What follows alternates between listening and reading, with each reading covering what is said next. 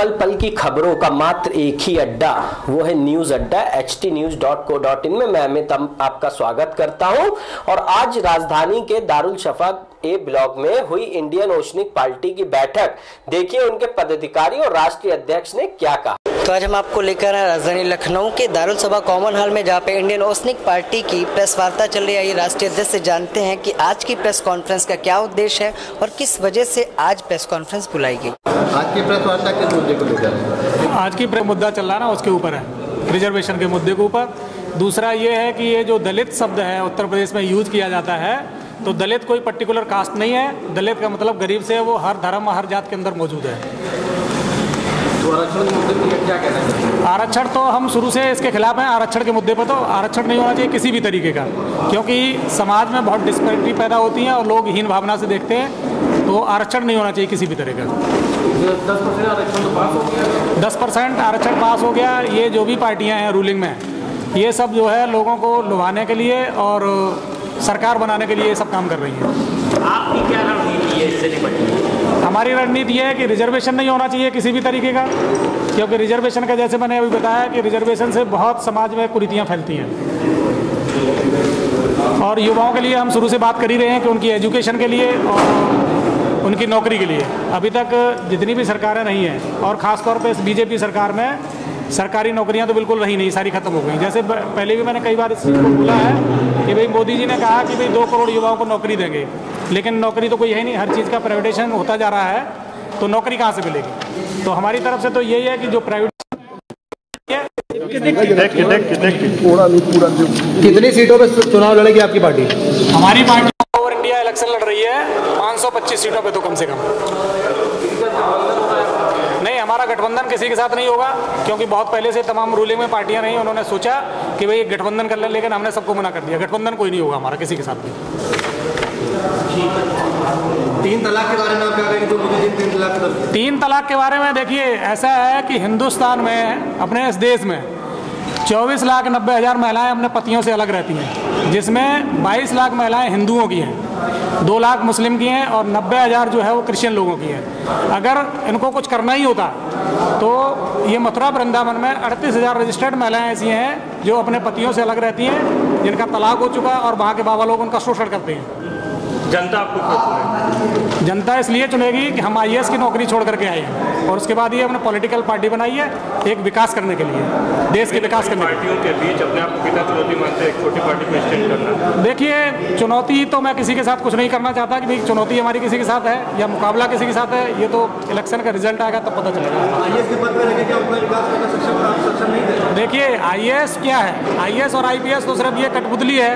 जो chief minister होता है उससे गवर्न होते हैं। ये आज की तारीख में जितने भी IAS तो सब नेताओं की कठपुतली है।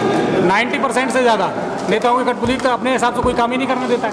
आपने जैसे कि लिखा प्रेस नोट में CBI का डर दिखा रहे हैं विपक्षी नेताओं। बिल्कुल, अभी देखिए CBI का डर दिखाई है। दुनिया भर के छापे पड़े हैं। वो एक बी चंद्रकला जो IAS है 2008 बैच की, उसको भी तो इन्होंने इम्प्लीकेट किया। IAS गलत थी ना? कैसे? जांच हुई है। 2 किलो सोना। देखिए, 2 किलो सोना क्या होता है? 2 किलो सोना आप एक देख लीजिए, एक झोपड़ी वाले के पास मिल जाएगा 2 किलो सोना। 2 किलो सोने की औकात कितनी होती है? कितना का है 2 किलो सोना? CBI का डर दिखा रहे हैं। देखिए, जितनी भी सरकारें रहती हैं CBI उनके हिसाब से चलती है। तो डरेगा तो गलत आदमी ना?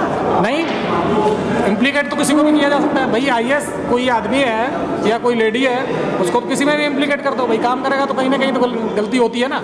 और गलती कौन कराता है? स्टेट का जो चीफ मिनिस्टर होता है वो कराता है। नेताओं और IASों के लिए 2 किलो सोना की कीमत कुछ नहीं है, लेकिन आम आदमी के लिए 2 किलो के सोने बहुत ज़्यादा कीमत होती है। देखिए, मैं आप एक चीज़ बोली कि झोपड़ी में भी 2 किलो सोना मिलता है। बिल्कुल।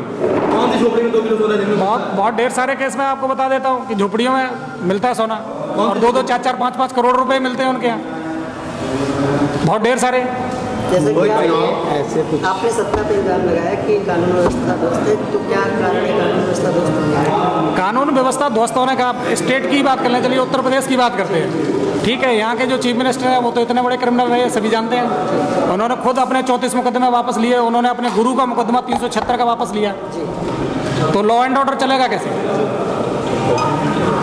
तो पार्टी कितनी सीटों पे चुनाव लड़ी?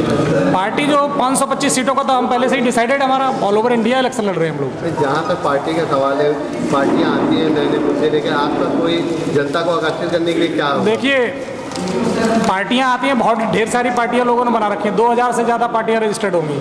अभी भी तमाम बड़े बड़े नेताओं ने पार्टियां बनाई हैं, उनका रजिस्ट्रेशन ही नहीं हुआ, लेकिन वो प्रोग्राम वगैरह कर रहे हैं। दूसरा ये है कि हमारा आयाराम गयाराम इसलिए नहीं हो सकता, मैं एक नौकरी छोड़ करके आया हूँ। आज की डेट में कोई आदमी चपरासी तक की नौकरी नहीं छोड़ता है। तो आपकी पार्टी की क्या लुभावनी बातें हैं? नहीं, लुभावनी नहीं है। हम जो कुछ कर रहे हैं वो एकदम क्लियर प्रैक्टिकल है, वो सारी चीज़ें। देखिए, इस देश में दुनिया भर के कानून बने हुए हैं कि कोई एक नए कानून की ज़रूरत नहीं है। अगर किसी को भी आप फ्री कर दो, ये देश का बहुत कुछ विकास हो सकता है। जितने भ्रष्टाचार की चीज़ें वो ख़त्म हो सकती हैं। और मैं कई कॉन्फ्रेंसेज में मैंने ये बोला कि अगर भ्रष्टाचार की बात जहाँ तक है ख़त्म करने की, स्टेट का मुखिया चाहे तो 90% करप्शन 24 घंटे में ख़त्म हो सकता है, जिसको हम चीफ मिनिस्टर कहते हैं। सिर्फ IAS और IPS की पोस्टिंग का पैसा ना लें, उसी से। क्या घोषणा पत्र जो है आपका, उसमें कौन कौन से वादे हैं? देखिए, घोषणा पत्र में बहुत ढेर सारे वादे हैं उसमें जो हमने किए हैं, लिखित पढ़त में है वो सारे, और उनके लिए कोई नई पॉलिसी की ज़रूरत नहीं है। हमने मीडिया हाउसेस के लिए भी मैंने उसमें बात की है, भाई जो छोटे और मझोले अखबार हैं उनको बिना किसी शर्त के 5 लाख रुपए लोन दिया जाएगा, उनके ऑफिसेज वगैरह के लिए, उनके रिहेबिलिटेशन के लिए सरकार सारी चीज़ें करेगी अगर हम लोग पावर में आते हैं तो। पार्टी किसानों के हित में कैसे काम करेगी? किसानों के हित में, किसानों की समस्या के ऊपर तो मैं कई बार इस बात को बोल चुका हूँ। जो किसानों की समस्या है, सरकार अगर चाहे तो एक दिन में वो समस्या खत्म हो सकती है, सिर्फ एक दिन में। कैसे?